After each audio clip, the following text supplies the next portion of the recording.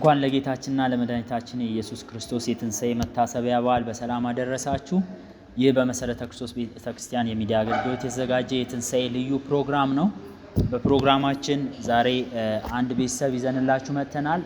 ይህ ቤተሰብ ላለፉት 30 ዓመታት በላይ በኢትዮጵያ የወንጌል አገልግሎትን ሲያከናውን የቆየ ቤተሰብ ነው። በቅርቡ ደግሞ የአገልግሎታቸውን 30ኛ ዓመት አክብረዋል። ስለሱም እናወራለን። እንዲሁ ስለ አገልግሎታቸው፣ ስለ ህይወታቸው፣ ስላለፉበት መንገድ እንነጋገራለን። ቆንጆ ቆይታ እንደሚኖረን ተስፋ እናደርጋለን። እንግዶቻችን ራሳቸውን ያስተዋውቃሉ። ዛሬ አክብራችሁን ስለመጣችሁ ጌታ ኢየሱስ ይባርካችሁ። አሜን። እስኪ ራሳችሁን አስተዋውቁ። እኔም እንደዚሁ በጌታችን በኢየሱስ ክርስቶስ ያው ስም ሰላም እላቸዋለሁ። ስሜ ሽመልስ ረታ ሚሽነሪ ነኝ። ሚሽነሪ ሽመልስ ረታ። በዚሁ እንግዲህ የሚቀጥለውን ነገር እግዚአብሔር እንደረዳኝ የምችለውን ነገር ለማስረዳት እሞክራለሁ። እሺ፣ በዚህ ልብስ በእንግሊዝኛ ለመናገር አይጣፍጥም። ስለዚህ በአማርኛ ሞክራለሁ። ከእናንተ በኩል ግን ትንሽ ትዕግስት ናት። ጨረነት እጠይቃለሁ። እንሰጣለን። እኔ ዮታ ረታ ሚሽነሪ ዮታ ረታ ነኝ። የሽመልስ ባለቤት ነን። ከ40 ዓመት ጋብቻ በኋላ እና 31 ዓመት አገልግሎት። እግዚአብሔር ይባርካችሁ። በጣም ነው የምናመሰግነው። እንግዲህ ይህን ቦታ ለቀረጻ የፈቀደንልን ኖር ሆቴልን ከልብ አድርገን እናመሰግናለን። በዚህ ቦታ ይህንን ቀረጻ እንድናከናውን ስለፈቀዱልን። ዛሬ ፋሲካ ነው። እንዲሁ ደግሞ በቅርቡ 30ኛ ዓመታችሁን አክብራችኋል የአገልግሎታችሁን። ስለ እነዚያ ነገሮች እንጨዋወታለን። ቆንጆ ጊዜ እንደምናሳልፍ ተስፋ እናደርጋለን። እስኪ ሚሽነሪ ሽመልስ ረታ፣ እኛ ያው በጣም ስለምንወድ ጋሽሜ ነው የምንለው። እንዴት ነው ወደ ጌታ የመጣው? ረጅም መንገድ ነው እንግዲህ። ሁሉም የየራሱ ጌታን የግል አዳኝ አድርጎ የእግዚአብሔር ልጅ የሆነበት መንገድ የተለያየ ነው። ራሱ አነጋገሩ የግል አዳኝ ሲባል የግል የሆነ የመዳንም መንገድ አለ ማለት ነው። ስለዚህ እኔም እንደዚሁ አስተዳደጌ በአንድ የካቶሊክ ቤተክርስቲያን በጣም ጥብቅ የሆነ የካቶሊክ ቤተክርስቲያን አስተዳደግ ያደግኩ ነኝ። ቤተሰቤ በሙሉ በዛን ጊዜ አሁን እንዴት እንደሆነ አላውቅም፣ በኢትዮጵያ 1% ነበረ ካቶሊክ የሚባል እና በጣም ጭቆናም ስደትም ነበረብን። ግን ያም ሆኖ በመሰብሰብ ያመንበትን አምላክ በካቶሊክ ባለው የእምነት መንገድ በጣም እናመልክ ነበር። ማታ ማታ ሁል ጊዜ ጸሎት ነው። ልጆች ሆነን ብቻ በጸሎት መንፈስ ነው ያደግኩት እና የጸሎት በውስጤ መንፈሳዊነት ቅርስ ሆኖ የቀረው ከልጅነት በላይ ጸሎት ነው እና ወደፊትም የሚሄደው መንገድ በእምነትም ሆነ በሃይማኖት በኩል ይሄ ጸሎት ነው መስመር ያስይዞ ሃይማኖቴም እምነቴም የግል አድርጎ ያስኬደኝ። አሁን እንደው ባጭሩ ማንሳት የምፈልገው ምንድን ነው፣ ጌታን ከማግኘቴ በፊት እግዚአብሔርን የመፈለግ ውስጤ የተፈጠረ ነገር ነበረ። በተለይ እኔ እንደማስታውሰው ከእናቴ ጋር ብዙ ጊዜ ያሳልፍ ነበር። በባላገርም ይዛኝ ትሄድ ነበረ። በተለይ ጸደይ በሆነ ጊዜ የተፈጥሮን ነገር እያስረዳች እግዚአብሔር ይህን ሰርቷል፣ እግዚአብሔርን በተፈጥሮ እንኳን ማግኘት ይቻላል፣ በእውነት እግዚአብሔር እውነትን ስንል እግዚአብሔርን ማግኘት ይቻላል፣ ካራክተሩ ነው። እንደዚህ ያሉ ነገሮች በተለይ በእናቴ በኩል የመጣውና በሃይማኖቱ ማክበር ምክንያት የመጣ የጠለቀ የእግዚአብሔርን መፈለግ መንፈስ ነበረብኝ። ይህንን በማደርግበት ጊዜ ግን አንድ መስመር የሚሄደው የነበረው ጸሎቴ ሁል ጊዜ የትም ሃይማኖት ውስጥ ልሆን ጸሎቴ የግለ ጸሎት ነበረች። ሁል ጊዜ እግዚአብሔርን በጠይቀው ነገር አለማነጋገር ነው። ፐርሰናል የሆነ ግንኙነት ነበረኝ ከእግዚአብሔር ጋር። በዚህ መንገድ እንግዲህ ያው እሱን በመፈለግ ትክክለኛውን አምላክ በመፈለግ ሲሄድ ብዙ ጊዜ የምናገረው በብዙ ሃይማኖቶች አልፌያለሁ። እንዳልኩት በ5 እንግዲህ ካቶሊክ፣ ሰብዝ ዴይ አድቬንቲስት ሚሽን፣ ሱዳን በነበርኩ ጊዜ እስላም 3 ዓመት ተኩል። ከዛ በኋላ ጀርመን ስገባ ትንሽ ጊዜ በኋላ ድሮ ብርቅ ነበረ ራስተፈራይ ጎፈሬ ያደረግንም ምናምንም ኢትዮጵያውያኖች ያው የኃይለ ሥላሴ ራስተፈሪ ነገር ነው። ከዛም አልፌ ኒው ኤጅ ሙቭመንት ውስጥ በአንዲት ሴት ከአሜሪካ የመጣች ጉሩ ከእሷ ጋር አሳልፍ ያለው። መጨረሻው ስቴሽኑ ግን ጆሆባ ዊትነስ ነበረ። በጀሆቫ ዊትነስ ጀርመን 3 ዓመት ተኩል አገልግያለሁ፣ ሰርቻለሁ። ታሪኩ ብዙ ነው። በዚህ አይነት መንፈስ እያለሁኝ ሰው ክርስቲያን ነን እኛ የሚል አነጋገር ሲናገር የመጀመሪያ ጊዜ ክርስቲያን መባልን ሰማሁ። ሁሉም ስም አለው። እኔም አውቀው ጀሆቫ ዊትነስ ነው፣ ሰቨንዝ ዴይ አድቬንቲስት ነው ምናምን ይላል። በዛ መንፈስ ቃሉን ሳልብ ነው ወደ ሮሜ ሰዎች ላይ ይሄንን ምዕራፍ 8 ላይ ምንም በቃሉ የሚናገራቸውን የተለያዩ ነገሮችን ሲናገር ጳውሎስ ቆሞ የሚያዋራኝ ይመስለኝ ነበር። ለማንኛውም የምፈልገው አምላክ በብዙ ሃይማኖቶች ስለሄድኩኝ ፊት የለውም ለኔ። በቃ እንዳልኩት አብስትራክት የሆነ የፒካሶ ስዕል ነበር የሚመስለኝ። ግን ይህችን ቃል ሳነብ እግዚአብሔር በቃ አባ ብለን የምጠራበት መንፈስ ተሰጥቶናል፣ የባርነት አይደለም የሚለው በጣም ነካኝ። እግዚአብሔርን አባት እንደሆነኝ የማይበትን መንገድ አገኘው።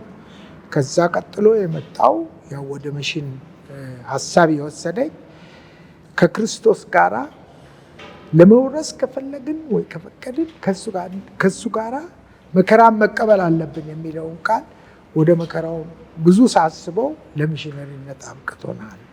እንግዲህ ጌታን የሚያገኘሁት በአንድ ጥቅስ ነው።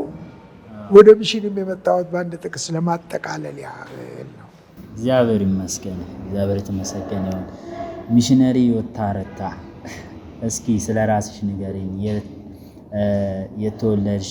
እንዴት ወደ ጌታ መጣሽ? እሺ፣ አሁን እኔ ከካቶሊክ ቤተክርስቲያን ነኝ። የኔ ቤተሰብ በጣም ሃይማኖታዊ ናቸው። ሃይማኖት ትልቅ ሚና አለው በእኛ ቤተሰብ። ግን ስለዚህ ሁሉም ጊዜ የኔ ሀሳብ ነው እኔ ክርስቲያን ነኝ። አክቲቭ ነበርኩ በቤተክርስቲያን በየእሁድ ብቻ አይደለም፣ በሳምንቱ ሄድኩ፣ አምልኮ ነበር እና አገልግሎት ነበረኝ በዚያን ጊዜ በካቶሊክ ቤተክርስቲያን እና በኋላ የኔ ህይወት ይቀጥላል። ወደ ዩኒቨርሲቲ ገባሁ ለትምህርት ፋርማሲ እና ፋርማሲስት ለመሆን እና በኋላ ዶክተር ግሬድ የኔ ፈቃድ ነበር። በዚህ ሁኔታ ጌታ የኔ ህይወት ይገባል። በዚያን ጊዜ በአንድ አረፍተ ነገር ትንሽ አረፍተ ነገር አንድ ሚሽነሪ ነበር፣ የጀርመን ነው እሱ፣ በጀርመን ነገር ነበር። እሱ ስመጣ አይ አንቺ ክርስቲያን አይደለሽም እንዴ? ምን አይነት ሀሳብ ነው? እኔ ክርስቲያን ነኝ፣ ስንት ዓመት በቤተ ክርስቲያን ወደ አምልኮ እሄዳለሁ፣ አገልግላለሁ። ምንድን ነው? ምን አይነት ሀሳብ ነው? ትንሽ ቆጣ ነበር ከኔ በኩል፣ ግን እሱ ጠንካራ ነበር። አይ አይደለሽም፣ አንድ ነገር የለም፣ በጌታ አይደለሽም። ለኔ እንዴት ከባድ ነበር። በእኔ ውስጥ ጦርነት ይጀምራል። ኩታ አለ፣ ግን አንድ ሀሳብ ይኖራል። እሱ ትክክል ነው። አንድ ነገር የለም፣ ግን ምንድን ነው? እና ይህ ሚሽነሪ ይለያል ከሁሉም ሰው። እሱ ይለያል። ምንድን ነው? እሱ በጌታ ነበር፣ መንፈስ ቅዱስ አለው። ስለዚህ በዚህ ምክንያት ለወንጌል ክፍት ነበርኩ እና በኋላ ወደ ጌታ መጣ። እግዚአብሔር ይመስገን። አማርኛት በጣም ደስ ይላል። እንዴት ነው አማርኛ የለሽው? በመጀመሪያ ብቻ በአዳዲስ ቃላት ለመሰብሰብ እንደ ዶሮ ድቅ ድቅ ድቅ ድቅ አንድ ቃል ከዚህ አንድ ቃል ከዛ እና ግንኙነት እፈልጋለሁ ከሰዎች ጋር። ብዙ ጊዜ እኔ ወደ ኢትዮጵያ ስመጣ እኔ ብቻ ነበርኩ ያለሽ። አሁን 25 ዓመት ነችው እና ብቻ እመጣለሁ። ስለዚህ ግንኙነት እፈልጋለሁ ከሰዎች ጋር እና በዚህ መንገድ መስማት ያስፈልጋል። የሰው ሀሳብ ለማወቅ ያስፈልጋል።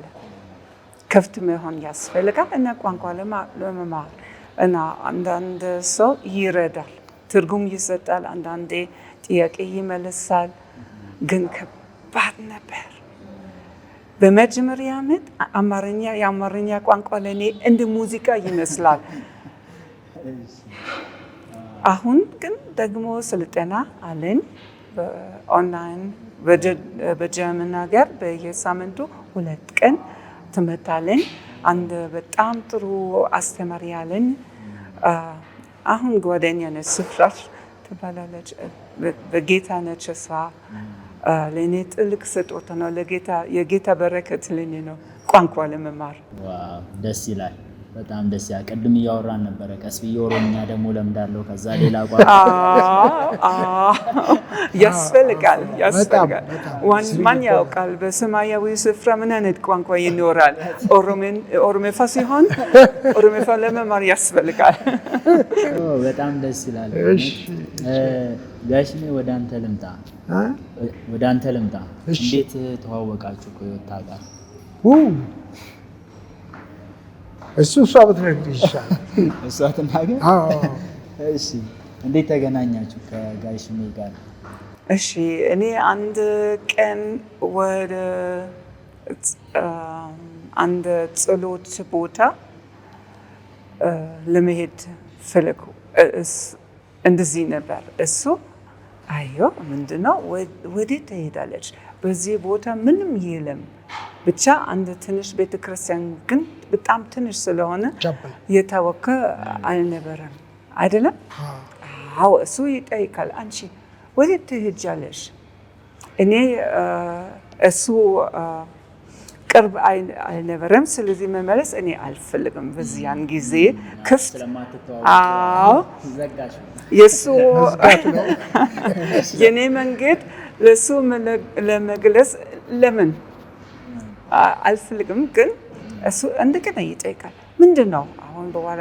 እሺ እኔ ወደ ጸሎት እሄዳለሁ። ስለዚህ ምን ስልክ ለመደወል እሄዳለሁ ነው ያልሽው? አዎ ትክክል። ተንኮለኛ ለመሆን ነበር። የእባብ ስታይል ይመስላል። ስልክ እዛ ስልክ አይኖርም። ስለዚህ ወዴት ትሄጃለሽ? እሺ ለእኔ ስልክ አያስፈልግም፣ ጸሎት ነው፣ ለጌታ ጸሎት። ስለዚህ ለእኔ ስልክ አያስፈልግም። ትንሽ ቻፕል አለ፣ ወደዛ እሄዳለሁ።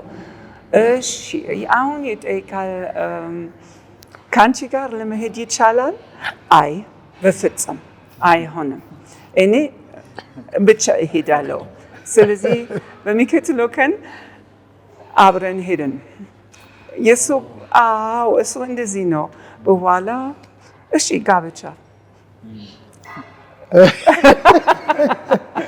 ረጅም ነው መንገዱ፣ መንገዱ ረጅም ነው። ግን የኋላ ኋላ ሲታይ እግዚአብሔር በእውነት ከዛ በኋላውን 40 ዓመታችን ነው አብረን እና በዚህ በ40 ዓመት ትልቅ ፍሬ ሰርቷል ጌታ።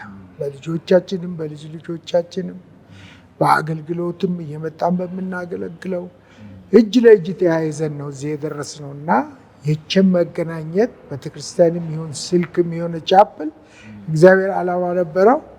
ባጭሩ ነው የነገረችህ፣ ይበቃል። ዋናው ፍሬ ነገር ይሄ ነው እና ስትሄድ ሳያት በተደጋጋሚ አንድ መንገድ ትሄዳለች። ብቻዋን ነች፣ ዘናጭ ልጅ ነበረች። ያንን ስጠያቅ የስልኩን ነገር ለማወቅ በዚህ በቃ ጥሩ አጋጣሚ ነበረ። ያው በጸሎትና በዚህ መንፈስ ነው የተገናኘ ነው ማለት ነው። እግዚአብሔር ይመስገን። እስኪ ስለ ጥሪ እናውራ። ማለት እግዚአብሔር ለአገልግሎት እንደጠራችሁ እንዴት ነው ያወቃችሁት? ከመቼ ጀምሮ ነው በቃ ሙሉ ለሙሉ ራሳችሁን ለአገልግሎት የሰጣችሁት? እኔ አስተዳደጌ እንዳልኩህ 11 ልጆች ነን። ከ11ዱ የመጀመሪያዎቹ 2 ወንዶች ናቸው። ከዛ 4 ሴቶች ይመጣሉ። ከዛ እኔ ነኝ የምመጣው። ከዛ 4 ሴቶች ናቸው። ወሳኙ ይሄ የቤተሰቡ የነበረው ሁኔታ ነው። አባቴ ራሱ ሴሚናር ተምሮ ቄስ ሊሆን ስል ነው 12ኛ ሲጨርስ አይ እኔ ቤተሰብን መስርቼ ከእግዚአብሔር ጋር መኖር እችላለሁ በማለት ከካቶሊክ ሴሚናር የወጣው። በዛ መንፈሱ እኔን በቃ ከሴቶች መካከል ስገኝ የመጀመሪያዎቹ 2 ለዚህ ለቅስና የሚያደርስ ሰው ልጆች ሊያደርስ አልቻለም። ኑሮው እንደዛ አልነበረም። በካቶሊክ ሃይማኖቱም ዩሮፕም ቢሆን ትልቅ ቤተሰብ አንድ ልጅ ቄስ ወላ ሴር መሆን አለበት እና አባባ በጣም ፎከስድ ሆኖ ልቅስናን ያሳደገኝ። ሴሚናሪ ትምህርት ቤት ገብቻለሁ ቄስ ለመሆን። እሱ ወደ ሌላ ይመራል። ለማንኛውም እኔ በእናቴም በኩል አስተዳደግ የእግዚአብሔርን መኖር፣ በአባቴ በኩል ደግሞ የቅስናን መንፈስ አድርጎ ስሩ ተንበርክኬ ጸሎት መቁጠሪያ እያደረግኩ ነው ያደግኩት። ያ ሁሉ እኔ እግዚአብሔርን የቅስና ነገር እግዚአብሔርን የማገልገል ሁል ጊዜ ውስጥ ያለ ለሰው ልጅ የማዘንን ነገር በጣም ያሳዝነኛል። የተጎዳ ሰው ይሄ ኢትስ ኖት ዊክነስ ደካማነት አይደለም። ለሰው ማዘን ሩህሩህነት፣ ደግነት ደካማነት አይደለም። ግን እንደዚህ ይታያል። አንተ የምትጠበቀው ትልቅ ሚሽነሪ ምናምን ነው። በትናንሽ ነገር እንደዚህ ስታይ እሱ ነው። ግን ፍሩ ጌታ ኢየሱስ ክርስቶስ ከሰማያት ሰማያት ወርዶ ከፈሪሳውያኖች ጋር ነበረ፣ ከሀብታሞቹ፣ ከድሆች ጋር፣ ከዕውሮች ከቆማጦች ጋር። ያ መንፈስ ታዲያ የእግዚአብሔር የኢየሱስ መንፈስ ደካማነት ነው? በዛ መንፈስ ነው የዛም ርኅራኄ ያለኝ የጠፋም ሰው የሚድንበት የኃጢአትን ነገር በሱ ሁሉ የማስብበት በልጅነቱ ብዙ ነገር አለ። ያደግኩበት አትሞስፌር ነው። ስለዚህ ይሄ የሆነ ሲሄድ ታሪኩ መጨረሻ ምናልባት የምትጠይቀኝ ከሆነ ያን ጊዜ ገልጽልሃለሁ። ጥሪው የመጣው ከኔ አይደለም። ጌታ ሰው ልኮ ነው ወደ ኢትዮጵያ መጥቼ ይህንን ወንጌል እንዳገለግል ያደረገኝ እንጂ አስተዳደጌ የቅስና ነው ልል ነው። ብዙ ሰው ቄስ አልሆንክም ሚሽነሪ ሆነሃል የሚል መንፈስ አለ። ቀላል ነው፣ ሲምፕል ነገር። ታዲያ እንዴት ነው ይሄኛው የመንገድ ወደ ሚሽን አገልግሎት እንዴት እንድትገባ አደረገ? እኛ አሁን እኔ እና እሱ አብረን ነው ጌታን ያገኘነው። አንድ ሰሞን ነው። ከዛ አብረን ነው አንድ ገንዳ ውስጥ የተጠመቅነው። በጣም እግዚአብሔር ከመጀመሪያው በጣም አስቸጋሪ ይሄንን ነገር የእግዚአብሔርን ሀሳብ ዘመናት፣ ወራት፣ አመታት የሚሄደውን በአንድ ቃል በአጭር ጊዜ አጠቀ። ግን ከመጀመሪያው ጀምሮ እኔ እግዚአብሔር ለዚህ አገልግሎት እንዳጨኝ አውቃለሁ። ህይወቴን አውቀዋለሁ። እኛ 32 ዓመቱ ነው። በአጭሩ እንደዚህ እየተዘጋጀው ሄጄ እኔ አሁን ይሄ ልክ ሚሽን የሚያደርገኝ ጥሪ ያለኝ አላልኩ። ሲጠሩኝና ይሄ ሰው ሲልከኝ ሄድ አገኘኋቸው እዚህ መነናይቶች። ይኸው 32 ዓመት ሆነን። በአጭሩ ይሄ ነው። ከዛ በኋላ እንግዲህ የኢቫንጌሊየም ሚሽን አገልግሎት ተጀመረ እና እንዴት ነው ወደዚህ ይሄኛው የሚሽን አገልግሎት እንዴት ነው ወደ ኢቫንጌሊየም ሚሽን ያደገው? እሱም ራሱ ለእኛ መጀመሪያ ስንጀምረው ከላይ የነበረው ኦርጋናይዜሽን ነበር። እነሱ ሲልኩን አብሮን የሚሰራ ኢቫንጌሊየም ሚሽን ብቻ የሚል ኦርጋናይዜሽን ነበር። ላንካመር ይባላል። መጥቷል እሱ እንደውም አንድ ጊዜ እዚህ መጥቶ እና ከሱ ጋራ እሱ ነበረ ሰፖርት የሚያደርገን። የእሱን ስም የያዝ ነው። እነሱ ልከውናል፣ ያዋጣሉ። በሱ ድርጅት ስር ሆንን። ግን እነሱ የሚሽን ድርጅት የላቸውም። እነሱ ዝም ብለው በግሩፕ ነው ያሉት። የሚሽን ድርጅት ነው፣ አልተደራጁም። ስለዚህ በሱ ድርጅት ስር ሆኜ ያው የቀለብ ነገር አለ፣ የኢንሹራንስ ነገር አለ። እሱ ከቨር ያደርግ ነበረ እና ዶኔሽኑም በሱ በኩል ነበር የሚመጣል። በጣም ጥሩ ሰው ነበረ። 17 ዓመት ከእሱ ጋር ከሰራን በኋላ ከዛ በኋላ ነው በቃ አልችልህም ራስህን ቻል ያለኝ። እግዚአብሔር አገዘን፣ ራሳችንን ቻልን። ይኸው እዚህ ደርሰናል። ሚሽነሪ ህይወታ እንዴት አገልግሎት ላንቺ ምንድን ነው? እንዴት ትገልጫለሽ አገልግሎትን? እሺ አሁን የኔ አገልግሎት ነው ወይስ አገልግሎት ኖርማል ነው? አገልግሎት ብዙ ጊዜ በአንድ ሰው ራዕይ ወይስ ሀሳብ ይጀምራል። ለእኔ ግን እንደዚህ አይሆንም። ለአገልግሎት ሁሉም ጊዜ ጥሪ ያስፈልጋል። አገልግሎት በጌታ ፈቃድ ይጀምራል። በእኛ ሀሳብ ወይስ ፕላን ከዛ አይወጣም። ትክክለኛ አገልግሎት በጥሪ ይሆናል እና በዚህ ጥሪ ከዚህ ጥሪ ደግሞ ቃል ኪዳን ይወጣል። አሁን ቃል ኪዳን አለ። የሱ ጥሪ ሲሆን የሱ ፈቃድ ሲሆን በኋላ የሱ መንገድ ለማወቅ ያስፈልጋል። የኔ ሀሳብ የኔ ራዕይ፣ የኔ ፕላን፣ የኔ ፍላጎት አያስፈልግም።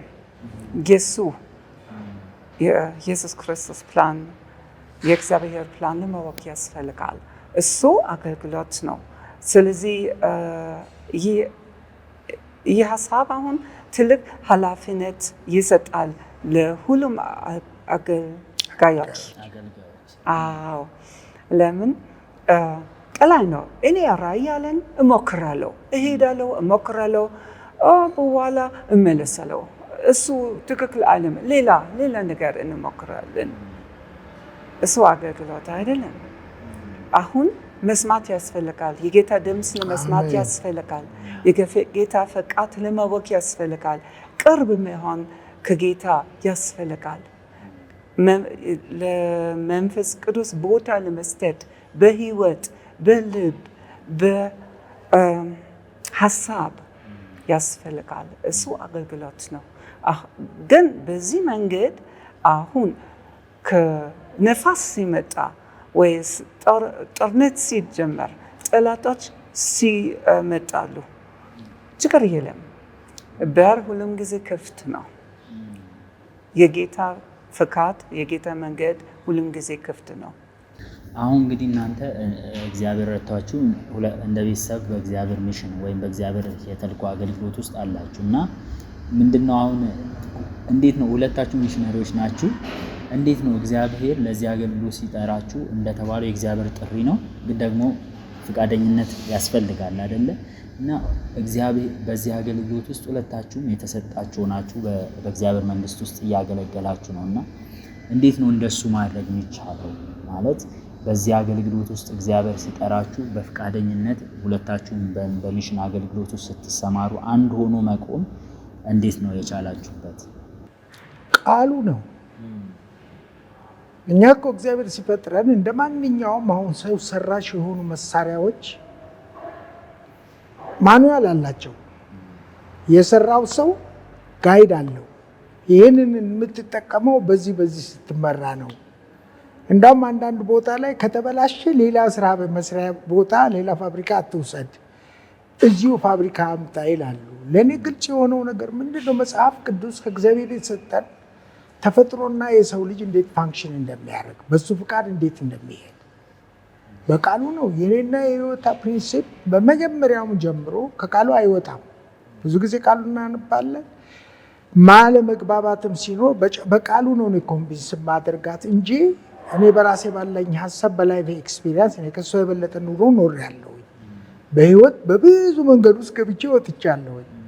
እሷ ግን ጥርት ባለ በአንድ መስመር ነው ሄደችው።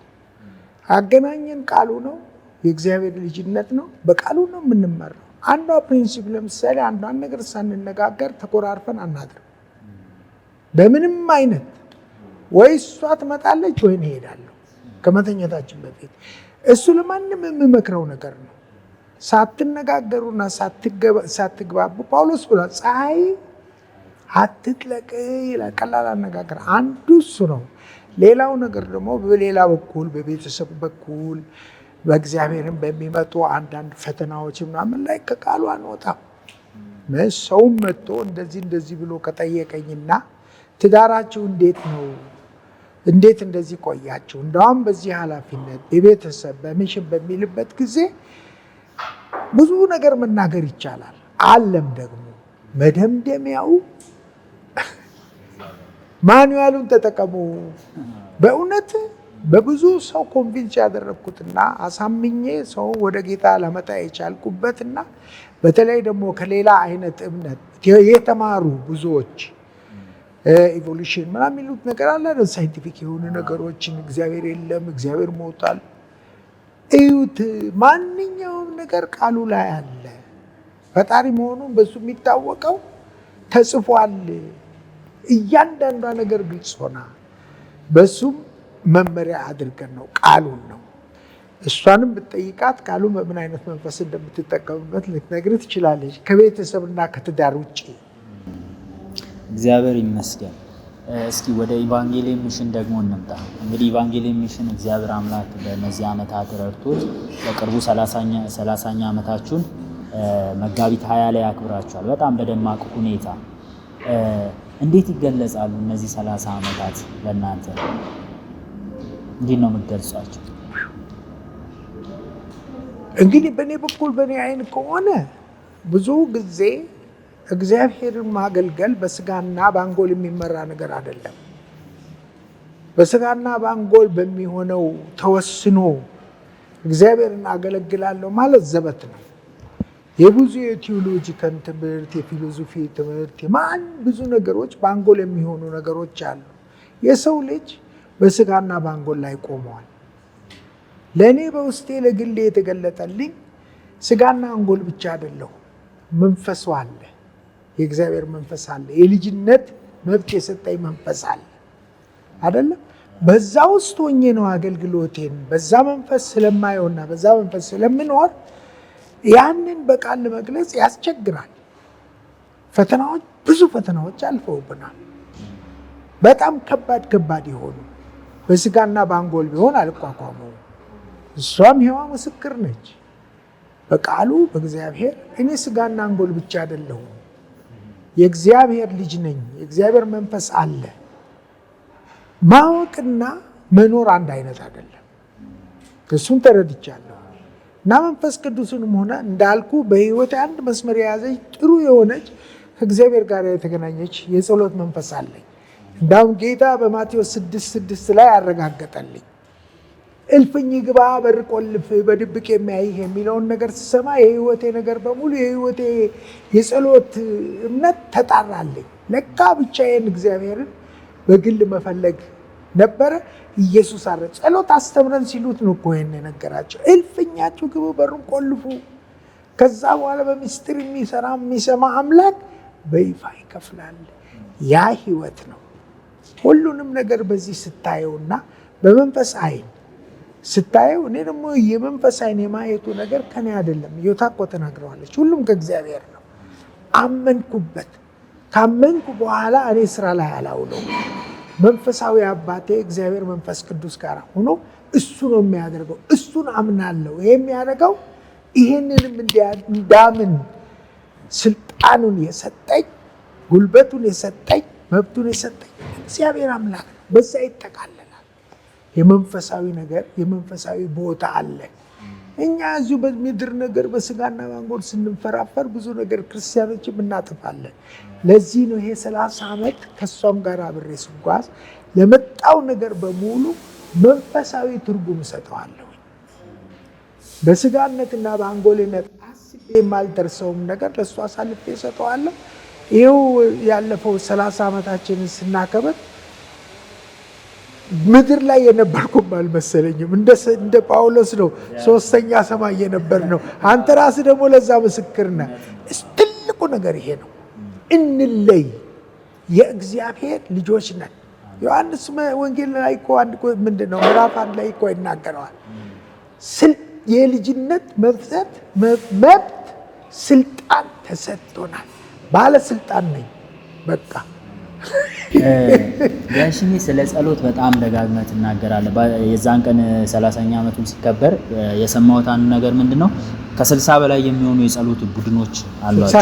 68 የጸሎት ቡድኖች አሏችሁ በአገልግሎታችሁ ውስጥ እና የዚህ አገልግሎት ሚስጥር ምንድነው ተብሎ ሲጠየቅ ራሱ አንተ በንግግር ውስጥ ያነሳው የዚህ አገልግሎት ሚስጥር ጸሎት ነው አልክ።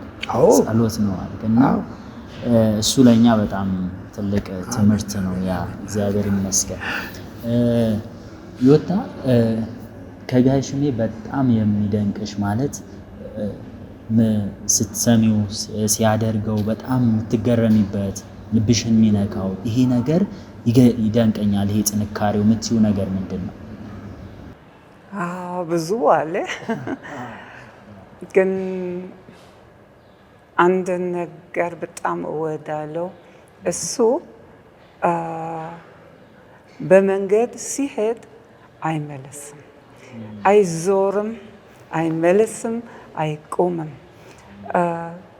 በእኛ ህይወት በእኛ አገልግሎት ብዙ ቻለንጅ በአማርኛ ፈተና ነበር። አዎ ኖርማል ነው፣ ህይወት ነው። ግን እሱ መንገዱ ይከተላል፣ ሁሉም ጊዜ ይከተላል። ነፋስ ሲመጣ ይሄዳል፣ ጠላት ሲመጣ አይቆምም፣ ይሄዳል። ጦርነት አይፈልግም፣ ይሄዳል። የእሱ መንገድ ቀጥታ ይሆናል፣ ሁሉም ጊዜ ቀጥታ። ጥቂት ሰዎች እንደዚህ ናቸው እና ቆንጆ ሜዳ ሲመጣ እረፍት አይፈልግም፣ ይቀጥላል። እግዚአብሔር ይመስገን። እሱ ነው። ይህ በጣም ትልቅ ነገር ነው። አይታለች። ጋሽሜ በእነዚህ 30 ዓመታት ኢቫንጌሊዮን ሚሽን ሲያገለግል ኢትዮጵያ ውስጥ በጣም ከባዱ የምትለው ጊዜ የትኛው ነበረ? ወይም ደግሞ እግዚአብሔር ይሄንን አሳልፎናል። እንግዲህ ብዙ ነገሮች እንዳሳለፋችሁ እግዚአብሔር እናውቃለን። ቀደም ዮታም ስትናገር ነበረ። ግን አንተ በዚህ ይሄን በማለፋችን እደነቃለሁ የምትልበት ጊዜ የትኛው ነው? እንግዲህ በጣም ከባድ ነው ብለን ሁለታችንም የምናየው በጣም የምንወዳት ልጃችን በ21 ዓመቷ ኤስታ የመጀመሪያ ልጃችን ነች።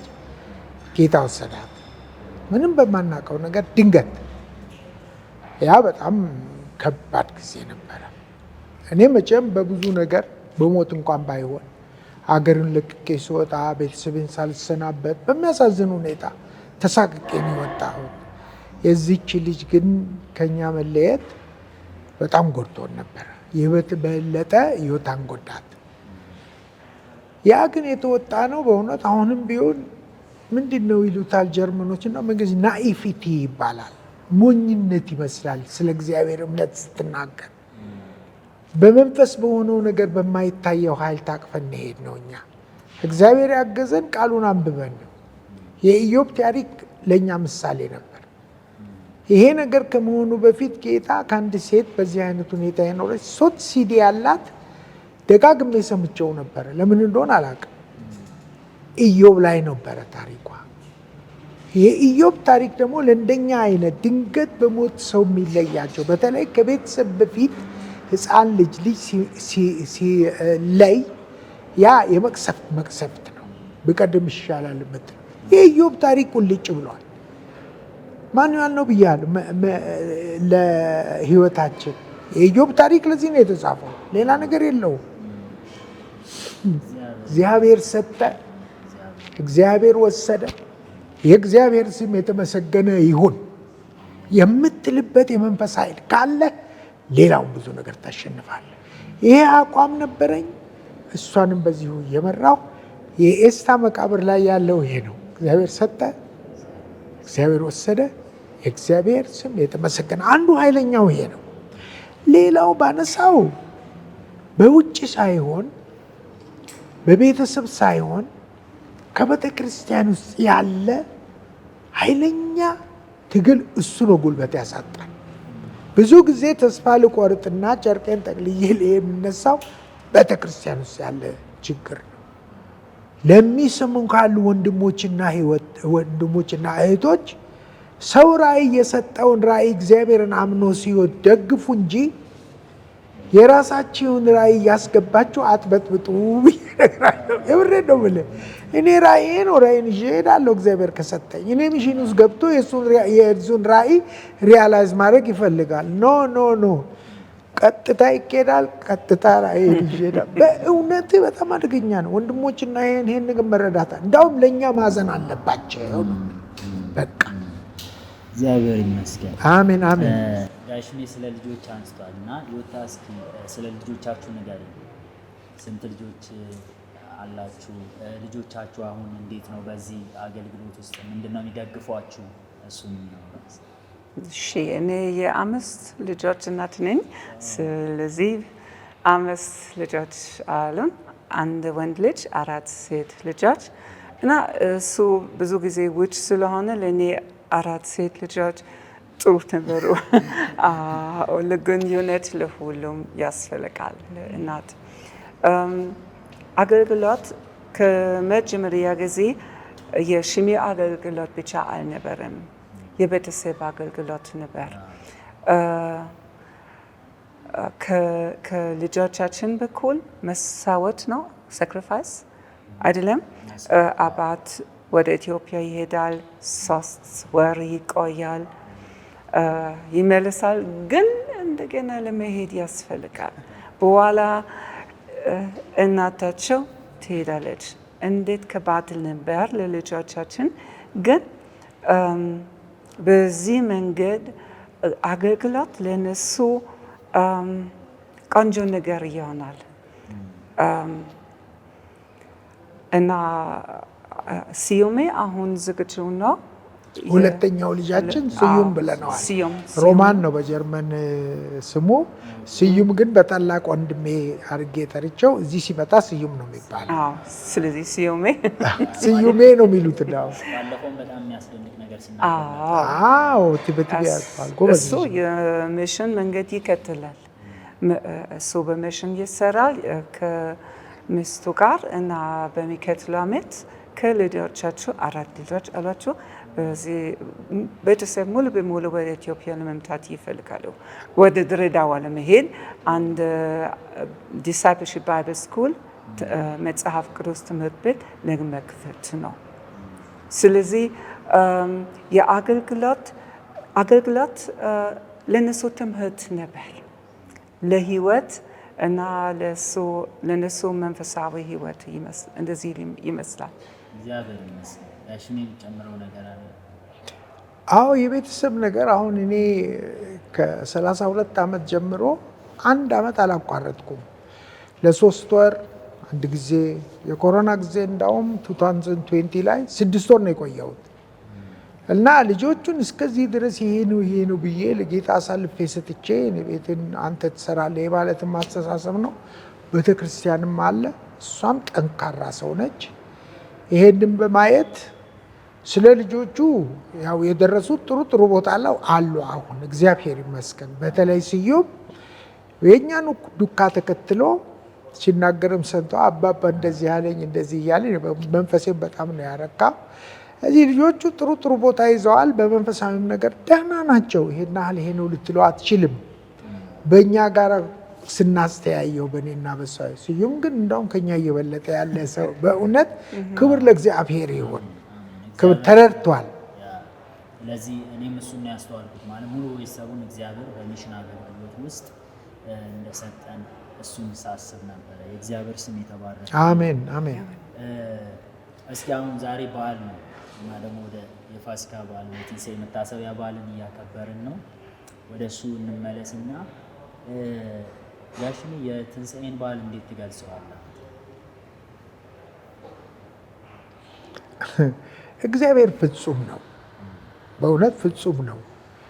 አብሶሉት ከዛ በላይ በታችም የለም። በማንኛውም ነገር በፍቅርነቱ፣ በእውነትነቱ ባሉት በባህሪዎቹ በሙሉ የእግዚአብሔርን ፍጹምነት እናውቃለን። የትንሣኤ ነገር የመጨረሻው የፍጹምነቱ ኃይል ነው አይደለም? አሁን ወደ ሮሜ ሰዎች 5 ላይ አንድ ቦታ ላይ በደንብ አድርገን ቆይ እሱን እንዳውም ላንብብላችሁ አይደለም? አሁን ወደ ሮሜ ሰዎች 5:6-23 ላይ ሳነባው በጣም የነካኝ ነገር ነው። 13:6-23 ይሄ ደግሞ ሰው ሸልሞኝ ያገኘሁት ነገር ግን ዜክስ ሂር ይቅርታ፣ አንድ ጊዜ 23 ጽፎቷ በጣም ትንንሽ ነች። ሽልማት ተሰጥቶ ነው የኃጢአት ደሞዝ ሞት ነውና ይላል አይደለም? አሁን ስናይ እግዚአብሔር ባለው በሙሉ ፍቅሩ የሰውን ልጅ ሁሉን ነገር ፈጥሮ በጋርደን ኤደን ላይ አስቀምጦ ከሱ ግንኙነት አድርጎ የሚወጣበት ጸጋ የተሞላ ሁኔታ ነበረ። አሁን ምን መጣ? የተፈጥሮ እግዚአብሔር የሰጠን የሙሉ ስልጣናችን በፍቃዳችን መኖር ስለምንችል ይህንን ነገር የእግዚአብሔርን ስጦታ በትክክል አልተጠቀምንበትም። በዚህ ፍቃዳችን ለሰይጣን ሆንን። በዛን ጊዜ በሆነው ውሸት ሞት መጣ ነው የሚለው። አሁን እንዳነበብነው የኃጢአት ሞት ነው ፍሬው አይደለም? አሁን ትንሣኤ እኮ ሞትን ነው ድል ያደረገው አይደለም? የመጀመሪያው ኃጢአት ለእኔ ሚስጥሩ ይሄ ነው። የእግዚአብሔር ትልቅነት ሞትን ራሱ እግዚአብሔር እንደ አዳም ከኃጢአት በፊት እንደነበረው አዳም ሰይጣን ሲፈታተነው እንደነበረው አዳም በኢየሱስ ስጋ ለብሶ ወርዶ ሰይጣንን ነው የተገናኘው። ያቺ የተገባቸውን ቃል ዘፍጥረት 3:15 ላይ አሮጌው ወንጌል ላይ ይናገራል።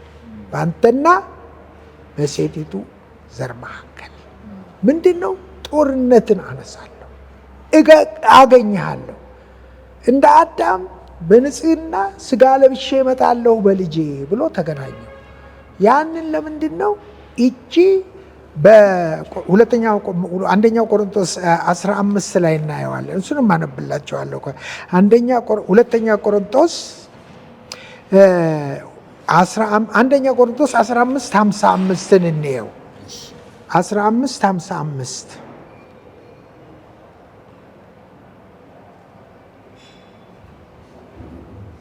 እንዲሁም ሞት ሆይ ድል መንሳት የት አለ? ሞት ሆይ መንደፊያህስ የት አለ ይላል። አሁን የት አለ? እውነት ያኔ የኃጢአት ፍሬ የሆነው ሞት አሁን የት አለ? ጳውሎስ እንደሚያመጣው ከሆነ ይቀጥልና ምን ይላል? የሞት መንደፊያው ኃጢአት ነው፣ የኃጢአትም ኃይል ሕግ ነው። ነገር ግን በጌታችን በኢየሱስ ክርስቶስ በኩል ድልን ሲሰጠን የሰጠን ለእግዚአብሔር ምስጋና ይሁን። ያ ነው እኮ ፋሲካ። ድል የሰጠን በፋሲካ ጌታ ኢየሱስ ክርስቶስ ከሞት ሲነሳ ሞትን በሞት ገደለው። ሞቱን በሞቱ ገደለው። ለእኔ ፋሲካ ይሄ ነው። የድልድል አብሶሉት የሆነ የመጨረሻው የእግዚአብሔር ስራ ይሄ ነው። ሌላ ምን አለ ፋሲካ? እኔ ብዙ ጊዜ በካቶሊክ ሃይማኖት ውስጥ በነበርኩ ጊዜ በጾም ጊዜ በሙሉ ዓርብ መስቀል መንገድ አለ። ለአንተ እንስገድ መስቀል ሆይ፣ ኧረ መስቀል አይሰገድም ለኢየሱስ ነው። ገባ አባባሌ? በኦርቶዶክስ ሃይማኖት ዓርብ የስግደት ቀን ነው። ዓመቱን ሙሉ የፈቀድነውን ነገር አድርገን መተን ስንሰግድ እንውላለን። ትንሣኤ ሙት ድል የተደረገችበት የመጀመሪያው የኃጢአት ፍሬ የነበረችው ፍሬዋ የተወሰደባት አይደለም። መርዝ ይሸታል፣ እሾክ ይሸታል የተባለ የተነገረበት ለእኔ ፋሲካ የኢየሱስ ክርስቶስ መነሳት ሞትን አሸነፈ። የመጀመሪያዋ ቅጣት ጠፋች። ሰይጣን እጁን ሰጠ፣ ዘላለማዊ ሕይወት አገኘን። ሃሌሉያ! እሱ ነው አይደለም? እንደሱ ነው የማየው ልልህ ነው። አይ ሆፕ አይ ዲድንት ሜክ ዩ ሎንግ። በጣም ደስ ይላል። ትንሣኤ ዮታስ ምን ታስቢያለሽ? ትንሣኤ ስታስቢ ምንድን ነው ቶሎ ወደ አእምሮሽ የሚመጣው? እሺ የመጀመሪያ ፋሲካ ጠዋት ልዩ ቀን ነበር። በጣም ልዩ ነበር። በዚህ ጠዋት ማሌዳ ጎህ ሲገት ሴቶች ወደ መቃብር ሄደዋል አይደለም? ሀሳብ አላቸው፣ ግን በእነሱ ልብ ውስጥ ጨለማ ጊዜ ነበር። በእንባ ነበሩ። ሐዘን አለ፣ ህመም አለ። አንድ ነገር የለም። ተስፋ የለም። በዚህ ሁኔታ ይሄዳሉ። ህይወት ግን ይቀጥላል። ሌላ ሰዎች ወደ ስራ ይሄዳሉ። እንደዚህ ኖርማል ህይወት ነበር። ለነሱ ሁኔታው በጣም ልዩ ነበር። በዚህ ሐዘን በመቃብር አሁን ድንጋይ የለም። ትልቅ ጥያቄ ነበር። የነሱ ከፍተኛው ጥያቄ ነበር የድንጋይ ችግር። እንዴት መቃብር ለመከፈት ይቻላል? ማን ይከፍታል? ክፍት ነበር። ብዙ ጊዜ የኛ ህይወት እንደዚህ ነው አይደለም? ጥያቄ ግን በኋላ መፍትሄ አለ። ዛሬ እንግዲህ ፋሲካ ነው። በየቤታቸው ይህን ፕሮግራም የሚከታተሉ ወገኖቻችን በጋራ በዓሉን እያከበሩ ነው። እኛም እዚህ ቡና ተዘጋጅቷል። እስኪ ቡና እንጠጣ ደግሞ ከዛ ቡና እየጠጣን ደግሞ እንጫወታለን። ቆሎም ነው እንጂ እንኳን አደረሳችሁ። እንኳን አብሮ አደረሰ። ቴንኪው አብሮ አደረሰን። ከጎኑ እንደዚህ ያልኩት እንኳን አብሮ አደረሰ።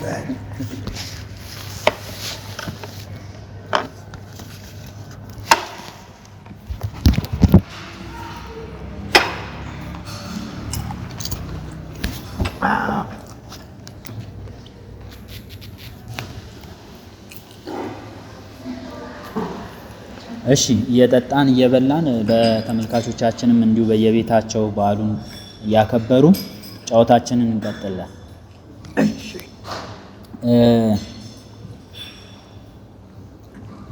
እንግዲህ 30 ዓመታት እግዚአብሔር በዚህ አገልግሎት ውስጥ ስትቆዩ እነዚህ 30 ዓመታት በተለይ ከመሰረተ ክርስቶስ ቤተክርስቲያን ነው በጋራ እያገለገላችሁ ያላችሁት።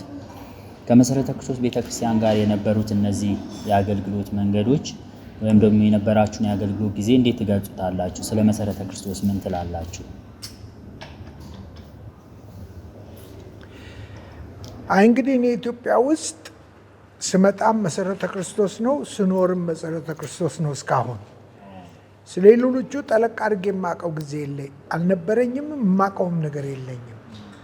እንዳትማጫወዝ እኔ እንዳው ፍላጎት አልነበረኝም፣ ጊዜም አልነበረም። መጥቼ አገልግሎቴን አድርጌ ነው የምመለሰው። ከሌሎቹ ጋር አላስተያየሁም። መሰረተ ክርስቶስን ግን እኔ የማውቀው ያው በሜኖሲሞን የተመሰረተ አናባፕቲስት ሙቭመንት ነው። የማውቃቸው እዛ ጀርመን ያሉ ከራሻ የመጡ የጀርመን ራሽያ የኖሩ መነናይቶች ናቸው። ጥሩ ነው። በቤተ ክርስቲያናችን ላይ ያለው ነገር ብዙ ነገር እናውቃለን። የምናውቀውን ግን ስራ ላይ አናውልም። ዳትስ አወር ፕሮብለም። እሱ ነው ትልቁ የክርስቲያንነት ችግር። ከጊዜውና ከሁኔታው ጋር ይታያል። የሚፈተንበት ጊዜ አለ። መሰረተ ክርስቶስን እንዳየኋ ከሆነ እኔ ላንካስተር ፔንሲልቬኒያ ደጋግሜ ሄጃለሁ። ኦሪጂኑን የሜኖናይቶችን አይቻለሁ። እኔ ባየሁት ለእኔ በማምንበት በሚያወሩት በሚያውቁት በተረዱት መጠን ህይወታቸውን ከእምነታቸው ጋር አስተካክለው ይኖራሉ። ከዛም አልፎ ተርፎ እኔ የተረዳሁት ንስሐን እንደ ትልቅ አይነት መንገድ አድርገው የእግዚአብሔር ተሰጥኦ አድርገው ነው የሚያዩት። ማህሪነቱን ብቻ ሳይሆን ይቅርባይነቱ ብቻ ሳይሆን አስቀድሞ የንስሐን እድል ለኛ መስጠቱን እንደ ትልቅ ነገር አድርገው ነው የሚያከብሩት። ብዙ ጊዜ የጌታ እራት ጊዜ የንስሐ ጊዜ ተብሎ በደንብ ነው የሚያዘው። ራስን የማጽዳትና ከእግዚአብሔር ጋር እንደገና የተስተካከለ ህይወት ለማድረግ እድል ይሰጠናል። ይህንን በመጠቀማቸው ብዙዎቹ በንስሐ ራሳቸውን በጣም አውድቀው በትህትና ይመለሳሉ። በመንነት ላይ ይሄን አይቻለሁ። በመሰረተ ክርስቶስ ላይም አይቻለሁ። ሁል ጊዜ በራስም ትዕቢት ብቻ ሳይሆን እምነትን አቅልሎ በማየት የእግዚአብሔርን ትልቅ መስዋዕትነት የኢየሱስን የንስሐ እድል እንዲኖረን መስዋዕትነትን አናየውም። ከሰው ጋር አይደለም። እኔ ነገሬ ሁል ጊዜ ከእግዚአብሔር ጋር ነው። ማንም ይሄን አረክም ብሎ የሚጠይቀኝ የለም፣ እግዚአብሔር ነው። ስለዚህ በመንነቶች ላይ በመሰረተ ክርስቶስ ላይ እስከ ላይ ድረስ ያየሁት ብዙ ነገርም ቢኖር ብዙዎቹ በንስሐ ሲመለሱ አይቻለሁ። በዛ የመሰረተ ክርስቶስን ኳሊቲ በዚህ ነው የምመዝነው እኔ እንጂ አብረን ሰርተናል። አንዳንድ ችግሮች አሉ። ይህ ችግር የሌለበት የት አለ? ቅድምም አንስቼዋለሁኝ። እና በንስሐ መንፈስ ታርቀናል። ምንም ነገር አላልፍም። ተነጋግሮ ማለፉ በጸሎት ደምድሞ ማለፉ ጥሩ ነው። ይሄ ነው እንግዲህ በአሰራራችን ላይ ከኔ በኩል ያለውን ነገር ከነሱም በእኔ ያለኝን አስተያየትና ያለኝን የእምነት መንገድ እያሉ ሰላም የተሞላበት ጥሩ 30 ዓመት አክብረን እንደውም አይተኸዋል። ሁሉም መጥተው በ30ኛው ዓመት ላይ እግዚአብሔር ምስክር ሆኖ ለሱ ምስክሮች ሆነናል። መሰረተ ክርስቶስ እቺ አዛውንት ቤተክርስቲያን ነው የምላት። ምራቋን የዋጠች አዛውንት ቤተክርስቲያን ግን በብዙ ኤክስፒሪየንስ፣ በብዙ ልምምድ፣ በብዙ ፈተና። እኔ ብቻ ይሄ እኔ አስተያየት ነው። ሰዎች የሌላውን አላውቅም። እግዚአብሔር ይመስገን። አሜን አሜን። እስኪ ወታ አሁን በኢቫንጌሊየም ሚሽን ወይም የኢቫንጌሊየም ሚሽን ኢትዮጵያ አገልግሎት በኢትዮጵያ ውስጥ እያከናወናቸው ያሉ ዋና ዋና አገልግሎቶች ምንድን ናቸው? የዋናው አገልግሎት ወንጌል ነው። የወንጌል ስራ ነው። ከፍተኛው ቦታ አለው እሱ እና ብዙ ክልሎች አሁን 21 ክልሎች አሉ አይደለም? 21 ናቸው። ከትግራይ በሰሜን በደቡብ እስከ ጅማ ድረስ፣ ምስራቅ ሐራጌ፣ ምዕራብ ሐራጌ፣ አርሲና፣ ባሌ፣ አዋሽ ሸለቆ፣ ሜታ ሮቢ፣ ሰሜንና ደቡብ አዳማ፣ ጅማ፣ በላይ ኢሉባቦር እና ጋምቤላ፣ አጋምሳ፣ ጃት፣ ሻምቦና፣ ሞሩ፣ ባህር ዳር ሁሉም አሉ። አሁን ወሎ አለን። በየቦታ ስርጭት ጣቢያ አለን። እንረዳቸዋለን፣ አገልጋይ እንሰጣቸዋለን እና አንዳንድ ጊዜ ህንፃ ስራ ያስፈልጋል። ብዙ ነገር አለ። በዚህ አገልግሎት ብዙ ፍሬ ይወጣል። በእውነት ሪፖርታቸው ሁሉም ጊዜ ወደ እኔ ቢሮ ይመጣል እና በዚህ ሪፖርት ላይ ትልቅ ፍሬ ይኖራል። ደግሞ ብዙ አዲስ ሀሳብ ይወጣል። ይህ ሪፖርት ምክር ይሰጣል። ወደፊት ምን አይነት ለውጥ እንፈልጋለን፣ ምን አይነት መንገድ እንፈልጋለን እና ብዙ ፍሬ ለማግኘት እሱ ዋናው አገልግሎት ነው። በዚህ አገልግሎት ደግሞ መጽሐፍ ቅዱስ ትምህርት ያስፈልጋል። አገልጋዮች ምግብ ይፈልጋሉ እና ምግብ ለመስጠት ያስፈልጋሉ። ስለዚህ በዚህ ምክንያት አሁን ሲዮሜ አንድ መጽሐፍ ቅዱስ ቤት ይከፍታል።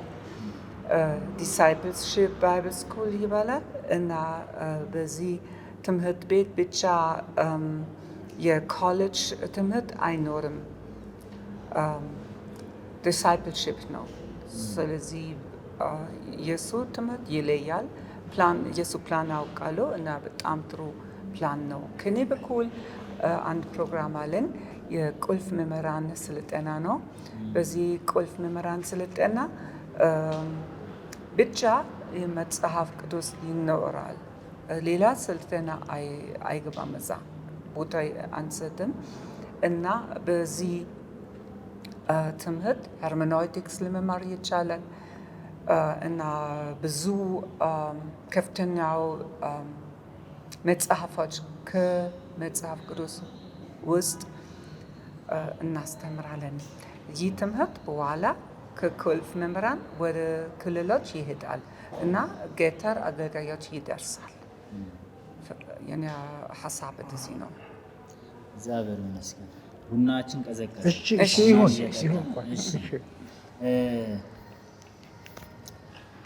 ትንሽ እንቀጥል። የተወሰኑ ጥያቄዎችን እናንሳና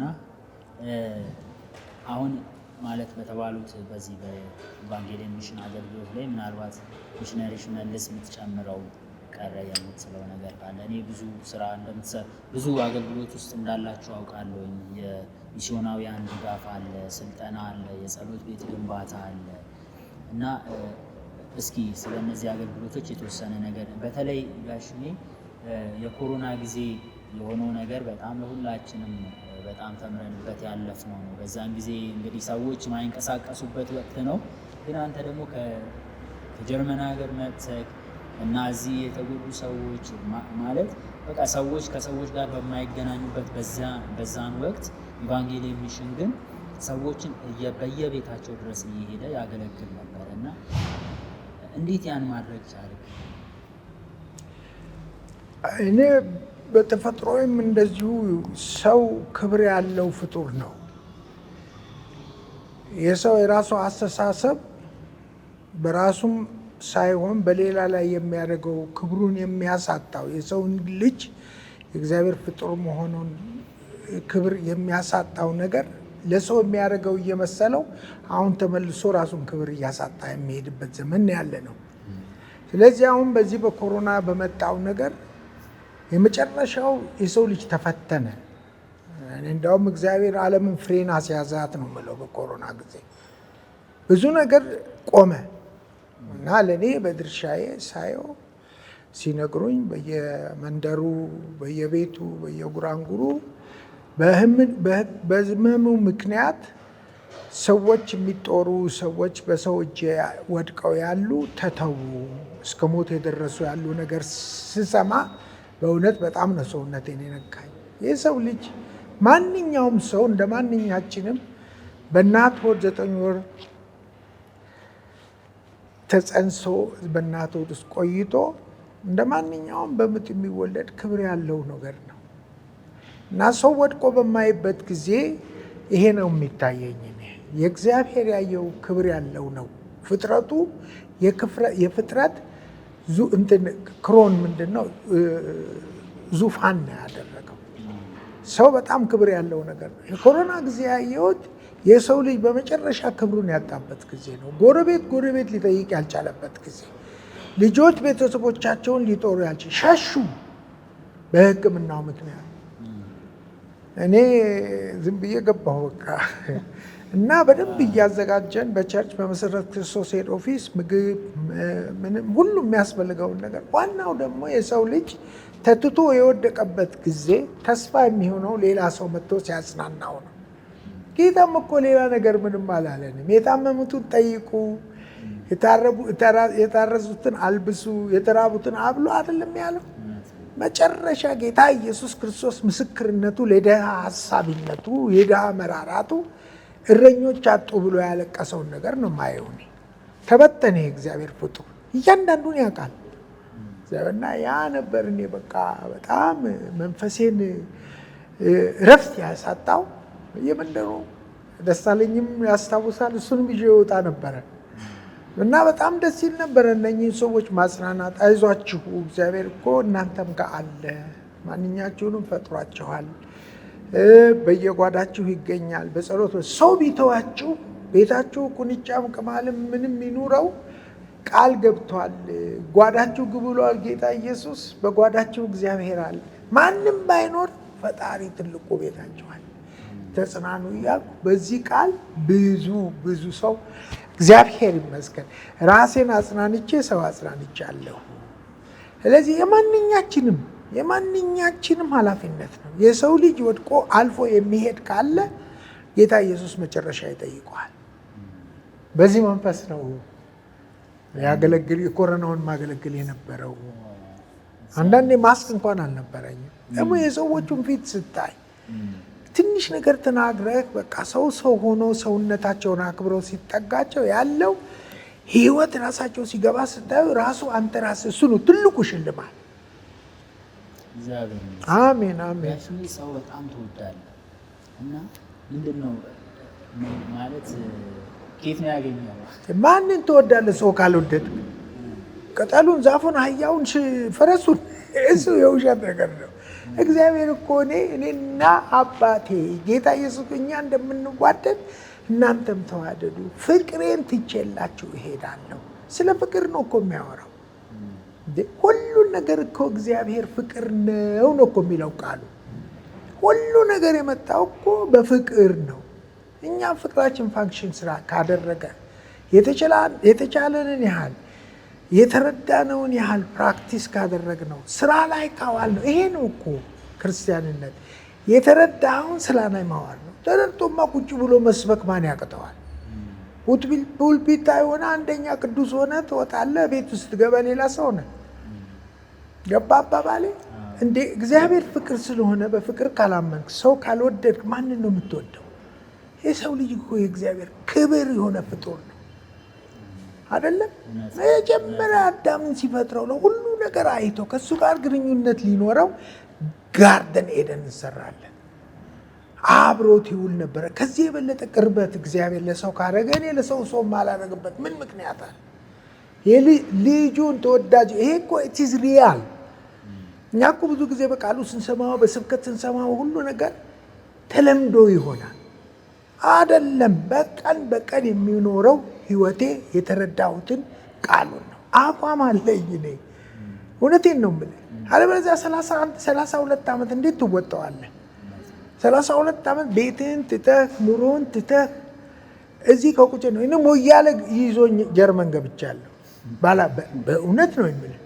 ባላገር ውስጥ ቁርበት ላይ የተኛው ነው ከነሱ ጋር ያገለገልኩት። አውቃቸዋለሁ ማን እንደሆነ። ወንጌል አገልጋዮች በጣም ጎበዝ የሆኑ ናቸው። ለነሱ ነው ጸልዬ ጌታን የሚያርፉበት ቦታ ብዬ ምን መሰለ ህንፃ ድሬዳዋኑና ኢንተርቪው አድርጎት ግራውንድ ፕላስ 4 ነው የሰራው ጌታ። ወንጌላውያኖች እየመጡ የሚያርፉበት ሞያሌ የምንነቅልበት ጌታ ምስክሬ ነው። እውነት ነው እኮ ብለህ እና ምንም ልዩ ነገር አይደለም። ባመንክበት ነገር ላይ ጸንተህ ስራ ላይ አሁን እኛ እኮ አምነን በቃ ማውራት ብቻ ሆነ። እኔ አም ኖት አን ኤክሴፕሽን። እሷም እንደዚህ ነች፣ ልጅም እንዲህ እያደገ ነው። ብዙ ወንድሞች እዚህ እየመጡ አሁን እዛ ፎቅ ላይ አሉ። በዚሁ እምነት ቤታቸው 6 ጊዜ ይመጣል። 4 ሳምንት እዚህ ብረታ ብረት ሰርቶ ቸርች ሰርቶ ጀርመኖቹ ፍቃዱን ወስዶ ትራንስፖርቱን ችሎ ጊዜውን ችሎ ብዙ የሚሰሩ አጠገቤ የሚያሉ ሰዎች አሉ። መሰረተ ክርስቶስም አሉ። ነጋሽ ሰለሞን ልጠራል ይችላለሁ። ይሄ በሰፊው ምንድን ነው ምሳሌ ኢየሱስን እየመሰልን እንሂድ ካልን ፍቅር የመጀመሪያው ነገር ነች። እውነት ነው። ክርስትና ተግባራዊ ህይወት። አሜን። በቃ እኮ ዲፋይን የምታደርገው አሁን ባልከውቃል ክርስቲያንነት ፍቅር የተሞላ ጌታ እግዚአብሔር ፍቅር ነው። ኢየሱስ በፍቅር ነው የመጣው። በፍቅር ኖሮ ሄደ። በፍቅር ያደረግናቸውን ነገር እናድርግ ነው የምለው። ወደ ዳውን እንሂድ አናቀው።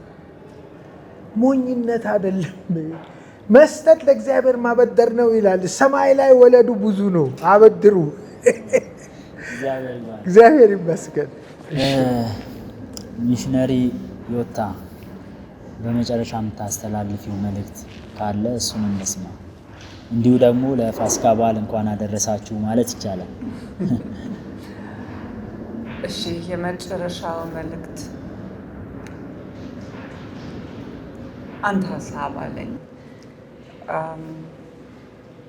በጌታ ነኝ። አሁን እኔ በጌታ ነኝ። እኔ የሰው ቸርነት እንዴት ውድ ነው እና ስለዚህ ከዚህ ግንኙነት እና ከዚህ ፍቅር አገልግሎት ይወጣል አይደለም። ኢትዮጵያ ግን ደግሞ በጣም እወዳለሁ። የኢትዮጵያ ስጦታ ለእኔ ባለቤቴ ስለሆነ I am in depth for Ethiopia. I owe you something. How can I express this in Amharic? ባለውለታዬ ነች ኢትዮጵያ። ሽመልስን ሰርተኛለች ነው የምትላቸው እንግዲህ በአጭሩ አማርኛ። አሜን አሜን። ፍቅር አለኝ፣ ውለታ አለኝ። So with my ministry በእኔ አገልግሎት በኢትዮጵያ I pay back what you gave me. Thank you. Okay. እሺ፣ ፋሲካ ነው ዛሬ። እንኳን አደረሳችሁ ማለት ይቻላል እና ደግሞ የመጨረሻ መልእክትን አስተላልፍ። አይ እንግዲህ እንኳን ለትንሣኤ ምንድን ነበር የሚባለው ለብርሃነ ትንሣኤው አደረሳችሁ። ይኸው ነው በሀገራችን የሚባለው። እንኳን አብሮ አደረሰን እንባባል። ሌላው ነገር እኔ አሁን መጨረሻ ላይ በህይወቴ በእምነቴ ያገኘሁትና በጣም የሚያጠናክረኝ የእግዚአብሔርን የመጨረሻ ማንነት ስለተረዳሁ ነው። በባህሪው እግዚአብሔር ፍቅር ነው። ጌታ ኢየሱስ ክርስቶስ እውነት ነው።